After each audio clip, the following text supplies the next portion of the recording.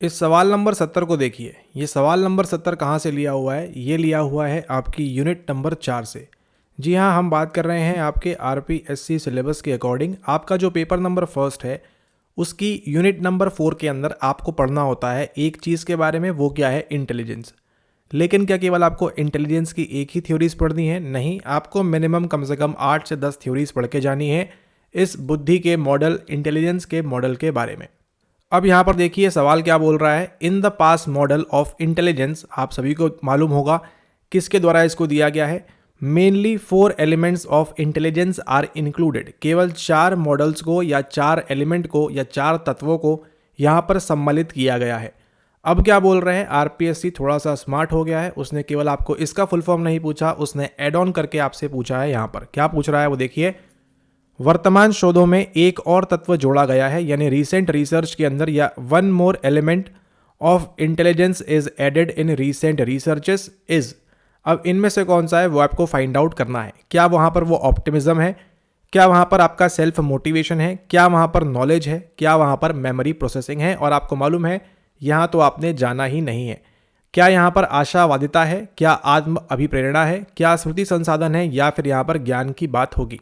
ठीक है, सबसे पहले देखिए पास मॉडल किसके द्वारा दिया गया है। ये आ रहे हैं आपके जेपी दास नागलेरी, इनके द्वारा यहाँ पर इसको दिया हुआ है। ठीक है, ओके। अगर हम बात करें पास मॉडल के अंदर क्या क्या कॉन्स्टिट्यूट होता है, तो ये रहा आपका ब्रेन, और इस ब्रेन के अंदर कुछ चीज़ें होती हैं as per this pass model. ये कौन सा है? ये आपका सबसे पहले आता है आपकी प्लानिंग को लेकर। ठीक है, कि आप सोचेंगे, प्लान करेंगे, ये आएगा आपका। फिर ए से क्या आएगा? प्लानिंग। अटेंशन आएगा कि अराउजल, ध्यान दीजिएगा, प्लानिंग, अटेंशन। फिर और कौन सा आएगा यहाँ पर? यहाँ पर आएगा आपका साइमल्टेनियस, यानी कि साथ साथ में। ठीक है, और क्या आता है एक और? Planning, attention, simultaneous and successive. ठीक है, यानी कि यहाँ पर चल रही है आपकी, क्या चल रही है? Planning, attention, simultaneous and successive, इस मॉडल को हम कहते हैं। जो कि, और ये सब कहाँ हो रहा है? आपके ब्रेन के अंदर ही हो रहा है। ब्रेन के अंदर कितने लोब्स होते हैं? आपके 4 लोब्स है, अलग अलग प्रकार के। अलग अलग लोब में अलग अलग प्रकार की फंक्शनिंग कर रही है ये चारों की चारों चीज़ें। अगली बार के लिए आरपीएससी आपसे पूछ सकता है आउट ऑफ होम, या फिर कहाँ से आपका ये जो मॉडल है इसको इंस्पायर किया गया है। ये कहाँ से इंस्पायर होगा? ये होगा आपके किससे? ये होगा आपके लूरिया से। ठीक है, कौन सा लूरिया आएगा आपका? ये कोई लड़की नहीं है, ये लड़का है, अलेक्जेंडर लूरिया। ठीक है, ये आपको शायद मालूम हो, नहीं मालूम हो, लेकिन अलेक्जेंडर लूरिया ने पहले ही इन 2-3 चीज़ों के बारे में बात की थी। उसी के ऊपर आगे जाके इंडिया वालों ने क्या किया? डेवलप किया अपना कौन सा मॉडल? डेवलप किया अपना यहाँ पर पास मॉडल। ठीक है, planning, attention, simultaneous and successive processing, यहाँ पर इस प्रकार से। तो इसको ध्यान रखिएगा, प्लानिंग, सक्सेसिव, अटेंशन और साइमल्टेनियस, इस प्रकार से आपका आउटपुट निकलेगा। लेकिन ये तो हुआ था स्टार्टिंग में, जब आपका पास आया था 1994 के अंदर। ठीक है, तब उस प्रकार की बात हो रही थी यहाँ पर। लेकिन समय के साथ बदलाव जरूरी है, चीज़ों में अपग्रेडेशन जरूरी है, और अपग्रेड होने के बाद कौन सी चीज़ आती है उसको देखिए। और इसी स्लाइड के अंदर, इसी वीडियो के अंदर, इसी इमेज के अंदर आपका जो है आंसर छुपा हुआ है। ठीक है, इनपुट जाएगा, प्लानिंग भी होगी, साइमल्टेनियस भी होगा, अटेंशन भी चलेगा, अराउजल चलेगा, सक्सेसिव चलेगा, सब कुछ चलेगा यहाँ पर। उसके बाद आपका आउटपुट भी निकलेगा। लेकिन यहाँ पर देखिए चेंज कहाँ पर हुआ है, इसको छोड़ दीजिएगा। चेंज कहाँ पर हुआ है? चेंज हो रहा है इस वाले के अंदर। ठीक है, यहाँ पर ध्यान दीजिए, केवल इंटेलिजेंस के एक ही ऐसा पर्टिकुलर मॉडल है जिसके अंदर किसकी बात होती है? आपके नॉलेज बेस की बात होती है। ठीक है, किसकी बात होगी? आपके नॉलेज बेस की बात होगी। वो केवल आपका यही मॉडल है इन पर्टिकुलर। ठीक है, तो नॉलेज बेस की बात कौन सा मॉडल कर रहा है? वो कर रहा है आपका पास मॉडल। और इसी पे बेस्ड आगे जाके, चिंता मत करिए, एक और सवाल आपको दिखाएंगे, यानी 1 नंबर पक्का आप लिख के रख लो, आरपीएससी अगेन देने वाला है आपको यहाँ से। ठीक है, ओके। इसी पास मॉडल के अंदर आगे जाके क्या बनता है? आपका कॉग्निटिव असेसमेंट सिस्टम, CAS बनता है। ठीक है, अब केवल ये जो सुना आपने, इसके आधार पर आपका 0.5 नंबर कंफर्म होने वाला है। वीडियो को जरूर एंड तक जरूर देखिएगा। तो यहाँ पर आंसर करिए। चलिए, 70 नंबर में क्या होगा? In the PASS model of intelligence mainly 4 elements of intelligence are included. ठीक है, आपको मालूम है, प्लानिंग आएगा, अटेंशन आएगा, साइमल्टेनियस, सक्सेसिव आएगा। One more element of intelligence is added in recent researches, but of course आपका ऑप्टिमिज्म नहीं है। अगर इन्होंने ऑप्टिमिज्म दे दिया तो मार्टिन सेलिगमैन वहां से पागल हो जाएगा। ठीक है, आशावाद की बात कौन कर रहे हैं? लर्नड ऑप्टिमिज्म या फिर ऑप्टिमिज्म, आशावादिता की बात आपको मार्टिन सेलिगमैन के द्वारा देखने को मिलती है। ठीक है, ओके। अगला देखिए सेल्फ मोटिवेशन, कोई इसका तर्क यहाँ पर नहीं है, आत्म अभिप्रेरणा का कोई मतलब नहीं है। आप बात कर रहे हो बुद्धि के बारे में और मोटिवेशन आप पढ़ रहे हो अलग चैप्टर में, तो यहाँ पे कोई लॉजिक बैठ नहीं रहा है, ठीक है। और ना ही यहाँ पर हम मेमोरी प्रोसेसिंग की बात कर रहे हैं कि आपका LTM में जाएगा STM में जाएगा, उसकी बात नहीं हो रही है, ठीक है। मेमोरी का भी यहाँ पर कोई रिलेशन नहीं है। तो बचता क्या है आपके सामने answer, option number 3 knowledge only, ठीक है। ज्ञान देखिए नॉलेज बेस भी लिखा हो सकता है अगली बार, तो आप यहाँ पर ध्यान दीजिएगा, ठीक है। ये था आपका सवाल नंबर 70। अब देखिए इसी के बेस पे आप देखो अगला सवाल आप निकाल लोगे चुटकियों में, ठीक है।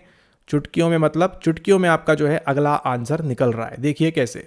अब यहाँ पर देखिए 72 नंबर में क्या दिया है, मैच द फॉलोइंग, निम्नलिखित को मिलान कीजिए की जगह RPSC पता नहीं आउट ऑफ नोवेयर आपका सम्मिलित कीजिए लिखता है, जो कि आपको इसी एग्जाम में देखने मिलता है। खैर सूची 1 दी है और सूची 2 यहाँ पर दी है, लिस्ट 1 एंड लिस्ट 2 आपको मैच करना है सिंपली।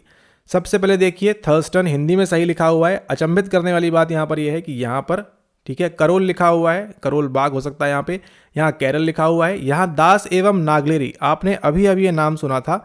और दास एंड नागलेरी कहाँ चिपकेंगे आपको चिपकेंगे पास मॉडल के साथ में, ठीक है। और ये भैया स्टर्नबर्ग तो मतलब बहुत इंपॉर्टेंट है, रॉबर्ट स्टर्नबर्ग इज इंपॉर्टेंट, आप अभी से लिख के रख लो। इन पे बेस्ड आपको सवाल 0.5 नंबर का अगले आर वाले सेशन में, उसके अगले सेशन में, यानी जब भी आप ये वीडियो देख रहे हो आज 10 साल बाद 20 साल बाद एग्जाम अगर हो रहा है आपके AP का, ठीक है, इसी पैटर्न पे, तो आपको या किसी भी पैटर्न पे नो मैटर व्हाट आपको रॉबर्ट स्टर्नबर्ग ने क्या क्या दिया है, क्या क्या गुल खुलाए हुए उन्होंने, आपको अच्छे से एकदम मुंह ज़बानी रटा हुआ होना चाहिए कि अच्छा ये आएगा, लव थ्योरी लगा दो, IPC लगा दो, सब चीज़ें लगा दो वहाँ पर स्टर्नबर्ग के साथ में, ठीक है। ओके, इन पे बेस्ड एक और सवाल है वो भी दिखाएंगे, और RPSC ने उसको बहुत ही बखूबी बहुत ही बढ़िया तरीके से उसको वहाँ पर सेट किया हुआ है, ठीक है। फिलहाल दास एंड नागलेरी ने क्या दिया है, 3 टायर की बात करेंगे नहीं, थ्योरी ऑफ PMA नहीं, इंटेलेक्चुअल स्टाइल नहीं, किसकी बात करेंगे, ये बात करेंगे आपके CAS की, कॉग्निटिव असेसमेंट सिस्टम की बात करेंगे, यानी कि D के साथ 3 जाएगा। आंसर आपको मुबारक हो, यहाँ पर आपने इस वाले पट्टे पे तो जाना ही नहीं है, आपने अनउत्तरित प्रश्न पेपर 1 एंड पेपर 2 में ये आपने नहीं करना है, ठीक है। ओके, यहाँ पर देखिए कॉग्निटिव असेसमेंट सिस्टम आपके दास एंड नागलेरी के साथ मैच करेगा यहाँ पर, ठीक है, नागलेरी, ठीक है, जो भी है CAS, ठीक है। तो दास एंड नागलेरी के साथ CAS भी आएगा और PASS भी आएगा, ठीक है। तो D के साथ आपका कौन सा मैच करेगा, 3 मैच करेगा। अब देखिए यहाँ पर 3 टियर हायरार्कियल मॉडल किसके द्वारा दिया है, क्या कैरल के द्वारा दिया है, क्या आपके थर्स्टन के द्वारा दिया हुआ है, क्या आपके स्टर्नबर्ग के द्वारा दिया हुआ है। और यहाँ पर इस पेपर के अंदर आपको एक थ्योरी नहीं पूछी गई है, कौन सी बताएंगे अभी आगे, उसको आप ध्यान रखिएगा, आगे आपको काम आएगा, ठीक है। ओके, 3 टियर या 3 टायर जो है आपका कहाँ से आएगी, टायर आपकी आ रही है सेकेंड, ठीक है।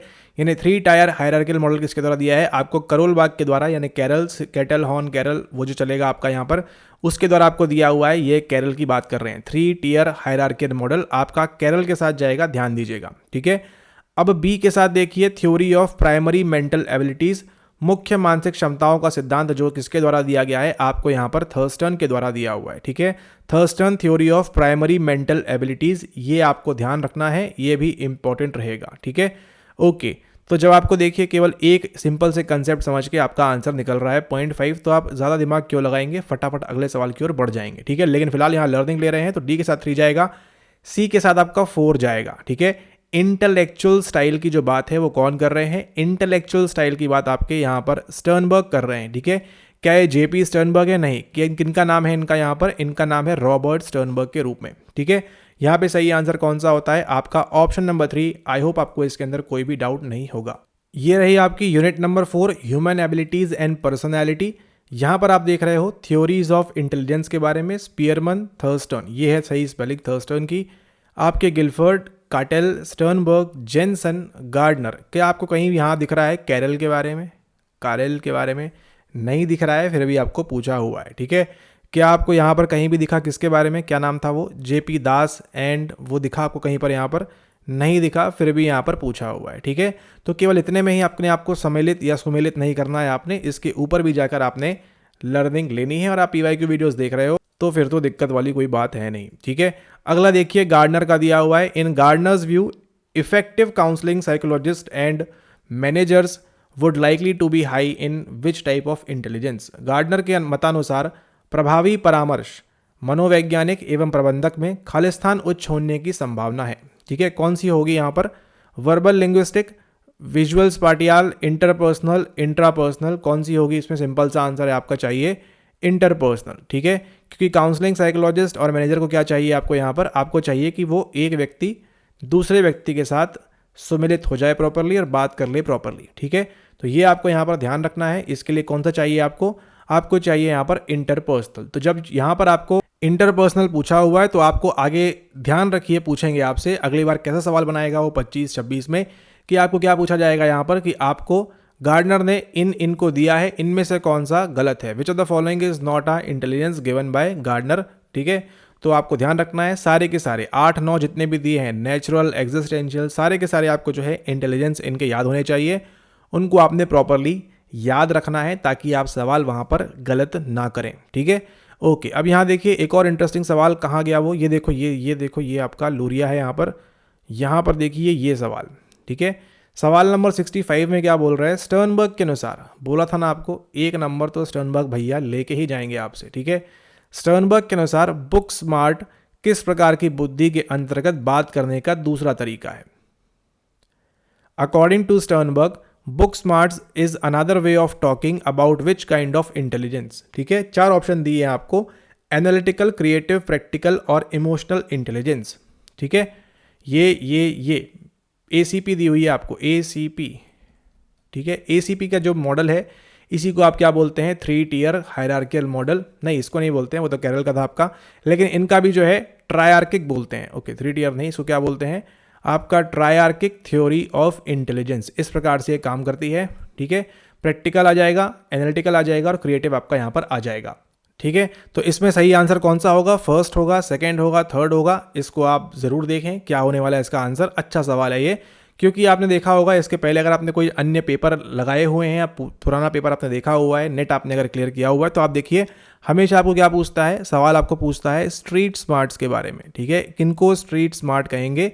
इन तीनों में से, ACP में से स्ट्रीट स्मार्ट किसको कहा जाता है? अधिकतर सवालों में, पेपर्स में आपको सवाल ये पूछा जाता है, लेकिन RPSC बीइंग स्मार्ट क्या पूछा आपको यहाँ पर? बुक स्मार्ट किसके अंदर आता है?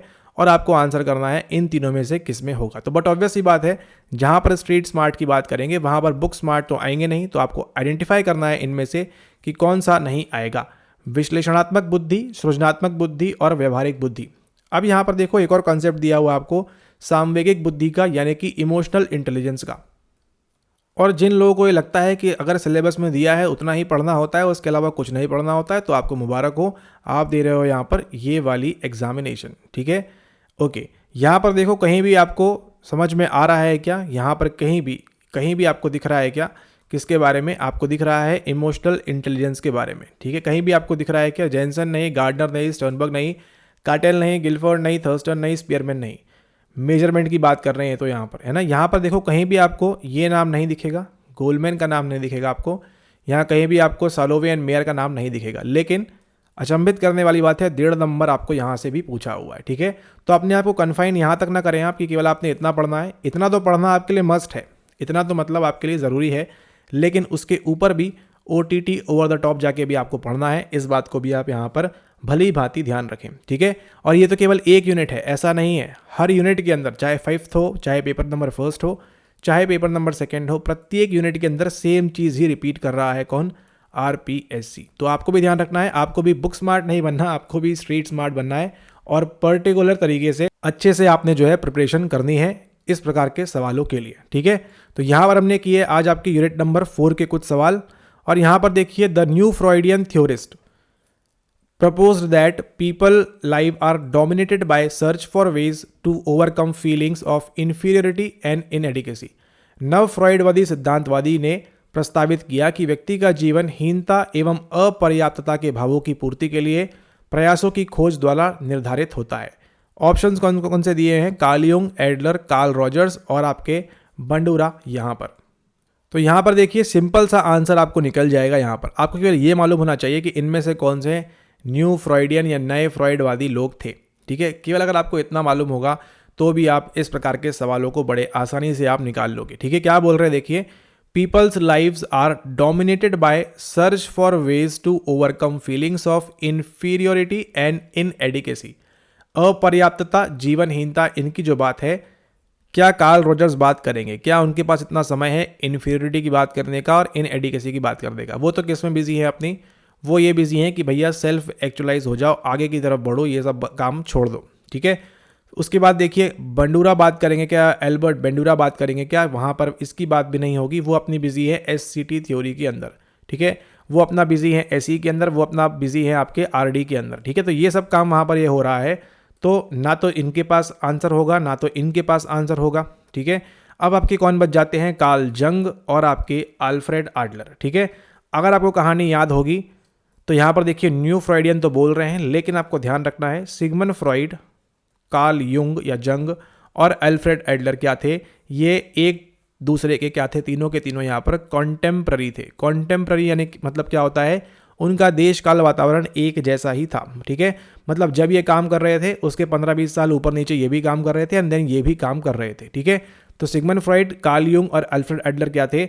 ये तीनों कंटेम्प्ररी थे एक दूसरे के और उस समय साथ साथ ही इन लोग काम कर रहे थे, ठीक है। तो आपका आंसर क्या हो जाएगा? यहाँ पर आंसर हो जाएगा, आपको फाइंड आउट करना है कार्ल युंग होगा या एडलर होगा, ठीक है। कार्ल युंग होगा या एडलर होगा। अगर उनको यहाँ लिखना होता कार्ल युंग के बारे में तो यहाँ पे क्या लिखते? एनिमा, एनिमस या फिर आपकी इमेजेस, ठीक है, उन सब के बारे में बात होती है यहाँ पर, ठीक है। अनकॉन्शियस और आपका साइकी की बात होती, ठीक है। लेकिन यहाँ किसकी बात कर रहे हैं? Search for ways to overcome feelings of inferiority and inadequacy. तो वहाँ पर कौन से आ जाएंगे आपके? वहाँ पर आ जाएंगे आपके अल्फ्रेड एडलर। ये आपका थर्ड आंसर सही हो जाएगा। ये क्या थे? एक नव फ्रॉइडवादी थे, ये भी आपको ध्यान रखना है। उसके बाद चलते हैं आगे, एक और सवाल देख लेते हैं। यहाँ पे सवाल देखिए, ये है आपका, किसकी बात कर रहे हैं? ये बात कर रहे हैं आपके Halstead Reitan and Luria Nebraska. Luria Nebraska are standard test of intelligence neuropsychology of personality in clinical psychology. तो यहाँ पे सही आंसर क्या हो जाएगा? क्या आपका ये इंटेलिजेंस का स्टैंडर्ड टेस्ट है? नहीं। क्या पर्सनैलिटी का है? नहीं। क्या क्लिनिकल का है? नहीं। ये आपको ध्यान रखना है, एक प्रकार से ट्रेडमार्क, बेंचमार्क, जो भी आप इसको कहना चाहें। जब भी आपके जीवन में हालस्ट्रीड राइटन या हालस्ट्रीड रेयान एंड लूरिया नेब्रास्का की बात होगी तो ये किसके स्टैंडर्ड टेस्ट हैं? ये हैं आपके न्यूरोसाइकोलॉजी के, ठीक है। स्नायु मनोविज्ञान, यानी कि आपकी न्यूरल चीज़ें भी आएंगी और साइकोलॉजिकल चीज़ें भी आएंगी, ऐसे आप इसको एनकोड कर सकते हो। लेकिन ये किसका है? आपका न्यूरोसाइकोलॉजी का आपका टेस्ट है, ठीक है।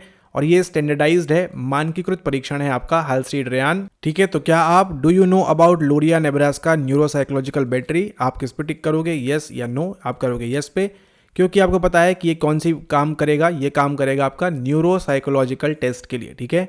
एज अ न्यूरोसाइकोलॉजिकल टेस्ट काम करेगा, ना तो ये इंटेलिजेंस की तरह काम करेगा, ना आपके पर्सनैलिटी के लिए, ना आपके CP के लिए, किसी भी चीज़ के लिए काम नहीं करेगा एज पर दिस क्वेश्चन। इसलिए आपका आंसर क्या होता है? आपका ऑप्शन नंबर 2 ऑफ न्यूरोसाइकोलॉजी, स्नायु मनोविज्ञान के, ये आपका यहाँ पर करेक्ट आंसर होता है, ठीक है। ओके, तो इसी के साथ इस वीडियो को एंड करते हैं। मुलाकात होगी आपसे नेक्स्ट वीडियो में। आई होप आप प्रॉपर तरीके से अपने जो PYQs हैं उनको लगा रहे होंगे। PYQs लगाना आपके लिए वेरी वेरी इंपॉर्टेंट है और ये आपको सदैव सदैव सदैव आपको एक्स्ट्रा मार्क्स देगा, एक्स्ट्रा नंबर्स देगा और ये आपको हेल्प करेगा डिकोड करने में कि आप किस प्रकार से आप जो है सिलेबस के ऊपर की चीज़ें भी आपने तैयार करनी है। अगर आप केवल लिमिटेड करेंगे अपना रिसोर्स स्टडी को ओनली टिल सिलेबस तो आपके लिए काफ़ी दिक्कत होगी, आपको 0.5 नंबर के लिए भी काफ़ी स्ट्रगल करना पड़ेगा, ठीक है। ओके, इसी के साथ इस वीडियो को एंड करते हैं। मुलाकात होती है आपसे नेक्स्ट वीडियो में, तब तक के लिए धन्यवाद।